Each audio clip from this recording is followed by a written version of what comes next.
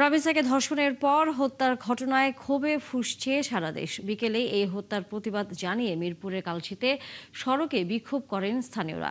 এ সময় হত্যাকারীকে ফাঁসিতে ঝুলিয়ে দ্রুত বিচার নিশ্চিতের দাবি জানান তারা।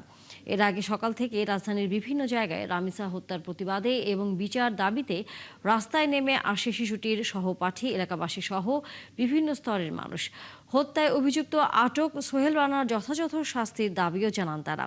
সকাল থেকে রাত পর্যন্ত চলে এই বিক্ষোভ।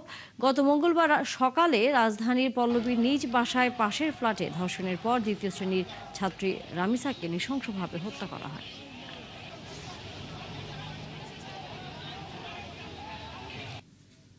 মার্ডার হওয়ার পর 2-4 দিন 5 দিন গরম থাকে, তারপরে সবকিছু আবার সবাই নিজের জায়গায়। এটা পরিকল্পিত ষড়যন্ত্র চলতেছে দেশের মধ্যে। ওকে ফাঁসি, আমি চাই ফাঁসির বিচার চাই। আমার বাচ্চার যেভাবে গলা কাটছে, হাত কাটছে, সেই শাস্তি চাই। এই এলাকার মধ্যে তো এইসব ঘটনা হয় নাই। আর যে ঘটনাটা করছে, নির্যাতন করছে, ওকে আমাদের জনগণের সামনে আমরা বিচার চাই। আপনাদেরকে এটা আশ্বস্ত করতে চাই যে শর্টেস্ট পসিবল টাইম, এবং ইতিমধ্যে আমাদের মাননীয় আইনমন্ত্রী মহোদয় অলরেডি একটা ঘোষণা দিয়েছেন, এটাকে সংহতি রেখে আমরা শর্টেস্ট পসিবল টাইমে আমরা চার্জশিট, আমরা পুলিশ রিপোর্ট আমরা সাবমিট করবো।